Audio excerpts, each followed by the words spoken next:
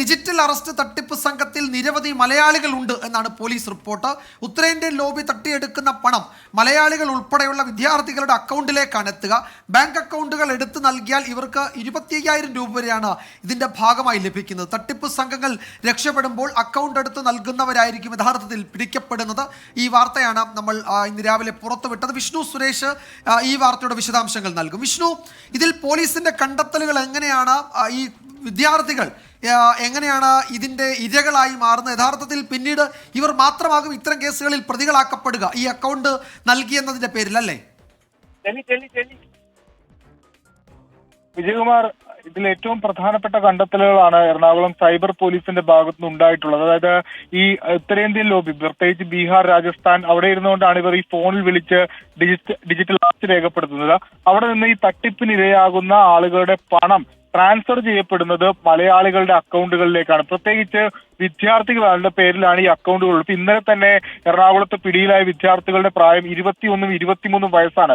അത്തരത്തിൽ നിരവധി വിദ്യാർത്ഥികൾ ഈ തട്ടിപ്പിന്റെ ഭാഗമായിട്ടുണ്ട് എന്നാണ് പോലീസിൽ നിന്ന് ലഭിക്കുന്ന വിവരം. ഇവർക്ക് ഇങ്ങനെ ബാങ്ക് അക്കൗണ്ട് എടുത്ത് നൽകുന്നതിന് ഇവർക്ക് ലഭിക്കുന്ന തുക 25,000 രൂപ വരെയാണ്. 5,000 മുതൽ 25,000 രൂപ വരെ കിട്ടും. ഇതിനകത്തേക്ക് ഇപ്പോൾ 5 ലക്ഷമോ 10 ലക്ഷമോ ഒക്കെ വന്നാൽ ഇവർ ഈ പൈസ വൈകിട്ടോടുകൂടി ATM-ൽ നിന്ന് പിൻവലിച്ച്, പരമാവധി എത്രയാണ് പിൻവലിക്കാൻ പറ്റുന്നത് ആ തുക പിൻവലിച്ച് ഒരാൾക്ക് കൊണ്ടുവന്ന് ഇവർ അടുത്ത ലെയറിലുള്ള ആൾക്ക് കൊണ്ടുവന്ന് കൈമാറും.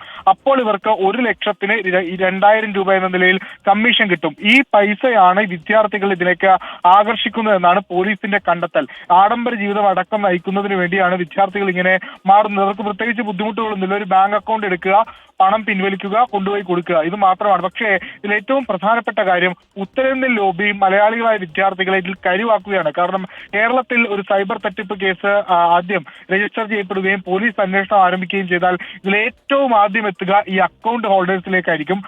അത് അക്കൗണ്ട് ഹോൾഡേഴ്സിലേക്ക് എത്തുമ്പോൾ അത് മലയാളികളായിരിക്കും. പിന്നീട് മലയാളികളെ അറസ്റ്റ് ചെയ്യുന്നു. ഈ ഉത്തരേന്ത്യൻ ലോബിയിലേക്ക് എത്താൻ പോലീസിന് വലിയ ബുദ്ധിമുട്ട് നേരിടുന്നു. അങ്ങനെ മലയാളികളെ കരുവാക്കാൻ കൂടി വേണ്ടിയുള്ള ഒരു ശ്രമം ഇതിന്റെ ഭാഗമായി നടക്കുന്നുണ്ട് എന്നാണ് പോലീസിന്റെ വിലയിരുത്തൽ.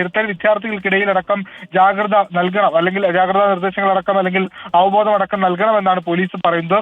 ഈ ഫണ്ട്, അതായത് കേരളത്തിൽ ഇത്തരത്തിൽ ഡിജിറ്റൽ അറസ്റ്റുമായി ബന്ധപ്പെട്ട് തട്ടിപ്പ് എടുക്കുന്ന ഫണ്ടുകൾ ഏകീകരിക്കപ്പെടുന്നത് കൊടുവള്ളിയിൽ നിന്നാണ് ഇന്നലെ നടന്ന കേസിന്റെ അന്വേഷണവുമായി ബന്ധപ്പെട്ട് പോലീസിന് ലഭിച്ചിട്ടുള്ള വിവരം. അതായത് കൊടുവള്ളി കേന്ദ്രീകരിച്ച ഒരു സംഘം ഇതിനുവേണ്ടി പ്രവർത്തിക്കുന്നുണ്ട്. അതിൽ മുഖ്യ കണ്ണിയെ ഇന്നോ നാളെയോ ആയി പോലീസ് പിടികൂടും. അയാളെക്കുറിച്ചുള്ള വിവരങ്ങൾ പോലീസിന് ലഭിച്ചിട്ടുണ്ട്. അത് ഈ കേസിൽ ഏറ്റവും നിർണായകമായ ഒരു അറസ്റ്റ് കൂടിയായി മാറുമെന്നാണ് നമ്മൾ പ്രതീക്ഷിക്കുന്നത്. Vijayakumar. Okay, thank you Vishnu Suresh. നമുക്ക് ഈ വാർത്തയെക്കുറിച്ച് കൂടുതൽ ഗൗരവമായിട്ട് അന്വേഷിക്കേണ്ട കാര്യമുണ്ട്, അല്ലേ?